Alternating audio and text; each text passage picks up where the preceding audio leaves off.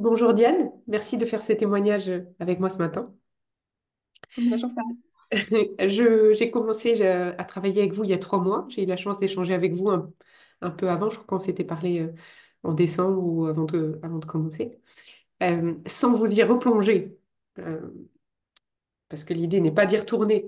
Et je sais combien vous êtes consciencieuse et que on en parlait tout à l'heure, vous aviez euh, gardé pas mal de notes. Est-ce que vous accepteriez de partager, sans rentrer dans les détails, mais ce qui, à l'époque, en tout cas, vous avez amené à vous dire, j'ai envie de faire un voyage en moi et j'ai envie de le faire avec de l'aide. Oui, oui, bien sûr. Quand je vous ai contacté, j'avais plusieurs problèmes qui étaient assez prégnants puisque j'arrivais plus du tout à me retrouver en capacité de prise de décision. J'avais un problème à la fois de clarté, de définition de mes objectifs, d'alignement entre des valeurs que je ressentais et qui n'étaient plus tout présentes dans ma vie. Et j'avais un tel sentiment aussi d'étouffement, de peur, de crainte aussi de la prise de décision, que tout me paraissait en tout cas bloqué. Enfin, un état un peu complet, presque de confusion généralisée où j'arrivais plus du tout ni à prioriser, ni à organiser quoi que ce soit. Voilà. Ok. Merci beaucoup. Alors, ce que j'apprécie, c'est que vous le dites au passé. Aujourd'hui, qu'est-ce qui a changé alors dans tout ça? Alors, ce qui a changé, c'est qu'on a fait, on a fait l'accompagnement ensemble et qui m'a permis en fait de travailler, je pense, sur plusieurs choses qui ont été vraiment très bénéfiques et qui ont été dans la durée, puisque déjà, on a pu travailler ensemble dans un premier temps sur comment poser des mots sur les problèmes, vraiment bien les identifier, donc réussir à travailler sur des choses avec, même avec des accompagnants psychologiques qu'on n'avait jamais vraiment identifiés, sur mon rapport à la responsabilité ou à la culpabilité, même au schéma de loyauté, par exemple. Enfin, ça a été aussi permettre d'identifier tout ce qui pouvait peser et tout ce qui pouvait me bloquer et m'amener à être dans cette situation-là. On Hmm. a aussi beaucoup travaillé ensemble sur Faut l'analyse pas des... obligé de dire des choses perso, hein. Non, Et- non, bien sûr, mais sur les schémas de répétition. Enfin, vraiment, par exemple, comment est-ce que j'avais tendance à reproduire des mêmes modèles, à me retrouver dans des mêmes types de situations. Enfin, voilà, ça, c'était aussi des choses que j'avais jamais travaillées. Et je trouve que c'est intéressant parce que ça m'a donné aussi un peu, pas forcément toujours les réponses, mais au moins les outils d'analyse et les clés de compréhension de qu'est-ce qui m'amène à me retrouver dans des situations bloquantes, par exemple, Hmm. ou à revivre sans cesse, sans cesse les mêmes choses. Et puis, on a aussi beaucoup travaillé, et ça, c'était aussi assez inédit. Et je pense, bah, faut vous faire confiance et faut accepter de le faire, mais sur le rapport au corps, sur ce côté de mise en place de petits rituels, d'ancrage de choses positives qui passent à la fois, bien sûr, par l'identification mentale, mais surtout par l'identification des messages envoyés par le corps et sur comment est-ce qu'on on ancre tout ça en soi. Donc il y avait un peu tout ça sur poser les problèmes, identifier les répétitions et travailler sur le corps. Voilà. Super. Et vous recommanderiez ce travail à quelqu'un qui est dans la même situation que celle dans laquelle vous étiez? Vous êtes content de fait? Moi, je le recommande 1000 fois. J'avoue que c'est pas évident de se dire au démarrage, on va se lancer sur 3 mois avec une garagiste émotionnelle. Enfin, ouais, on se demande un peu ce qu'on va faire et surtout, il y a un côté où il faut accepter de vous faire confiance parce que c'est vous qui avez le timing en tête, qui avez les clés de compréhension globale du processus. Mais ça a été tellement bénéfique et enfin, j'ai tellement vu de changements en fait en 3 mois que je vais pas regretter que ça s'arrête parce qu'il faut que vous puissiez accompagner d'autres gens. Mais c'est des choses qui vont vraiment résonner et qui vont me donner des clés très très concrètes. Et je pense que c'est aussi ce que j'attendais de ces mois de travail avec vous. Merci beaucoup pour ce retour. Merci. Euh, je vous pose... alors, j'ai deux autres questions qui me viennent. La première, ce serait... euh, euh, non, mais oui, si. Euh, si vous aviez en face de vous quelqu'un à qui vous recommandez, mais qui a tellement... Vous savez, en plus, vous parlez de la prise de décision qui n'est pas évidente. C'est quand même, comme vous dites, une garagiste émotionnelle. C'est un investissement financier dès le départ, qui n'est pas négligeable, et on rentre dans un contrat, donc on s'engage aussi. Donc, Ouais.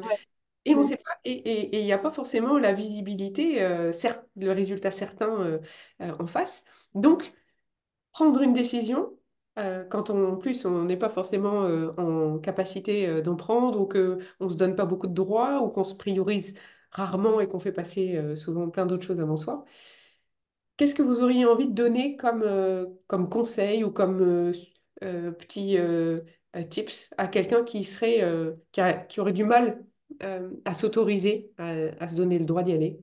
Qu'est-ce qui vous a permis, vous, de vous dire, allez, go?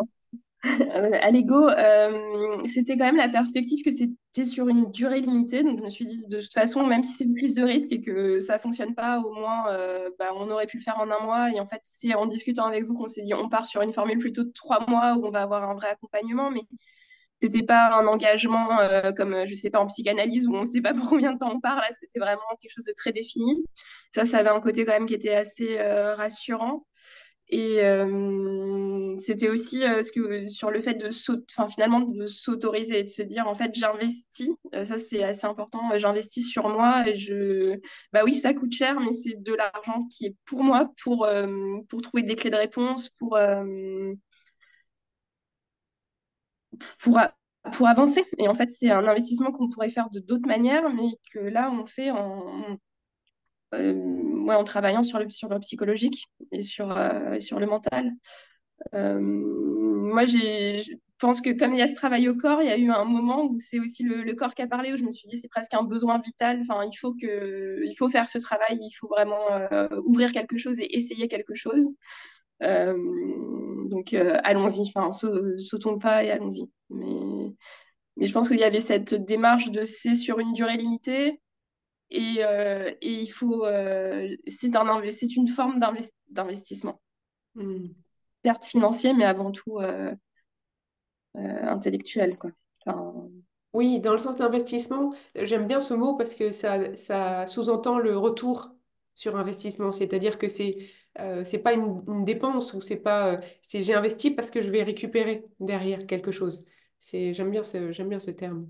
bah, c'est une forme de travail. Il y a il y a des séances qui ont été dures, il y a des séances qu'on n'a pas pu faire, il y a des fois des séances où, même au niveau du corps, enfin, voilà, j'ai beaucoup pleuré, mais c'est vrai que c'est un travail dans les deux sens. Enfin, je pense qu'il y a un travail du fait de l'accompagnement et puis il y a un travail qu'on fait après soi-même en suivant les petites vidéos, les audios, en suivant plein de choses et en notant aussi. Moi, je sais que j'ai pris cette habitude de la prise de notes, enfin, pour revenir aussi un peu sur ce qu'on se dit, voir aussi tout le chemin parcouru parce que c'est Ouais. aussi un peu vertigineux de reprendre les notes de janvier et de voir de quoi on parlait et de quoi on parle maintenant. On est plus sur du conseil quasiment de structuration d'agenda ou sur des choses vraiment très très pratiques, alors qu'avant on était sur des choses peut-être émotionnellement beaucoup plus lourdes et sur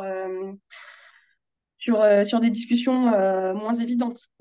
C'est très juste ce que vous dites. Et oui, c'est une fois qu'on a nettoyé, on peut aller sur le plus, comme vous dites, structurel et on peut s'intéresser à la couleur du toit quand on a des fondations qui sont solides, quoi. Hmm. C'est ça. C'est très juste. Merci beaucoup pour ce partage et je fais le clin d'œil avec le saut. C'est-à-dire, parfois, autant sauter dans le vide, c'est parfois très questionnant par rapport à la survie, autant quand là où on est, on sent qu'on est en danger pour sa propre santé et pour son propre avenir, là, sauter devient une question de survie. Donc, c'est très joli switch, je trouve, entre ce dont on a pu parler ensemble par ailleurs. Est-ce que vous voudriez ajouter quelque chose? Ou est-ce que je... Non, bah, vous allez me manquer. Nos échanges vont me manquer en tout cas. Après, vous ne disparaissez pas, mais c'est vrai que c'était une très très jolie rencontre et un superbe accompagnement. Enfin, vraiment, c'est extrêmement complet. On est parti dans plein de directions et en fait, c'était bien aussi d'avoir de lâcher prise sur on maîtrise pas ce qui va se passer, mais on y va. Enfin, voilà. Merci beaucoup. C'était très chouette. Je vous retrouve tout de suite derrière après avoir coupé l'enregistrement. Merci encore pour le partage qui, je suis sûre, pourra aider plein de gens. À tout de suite.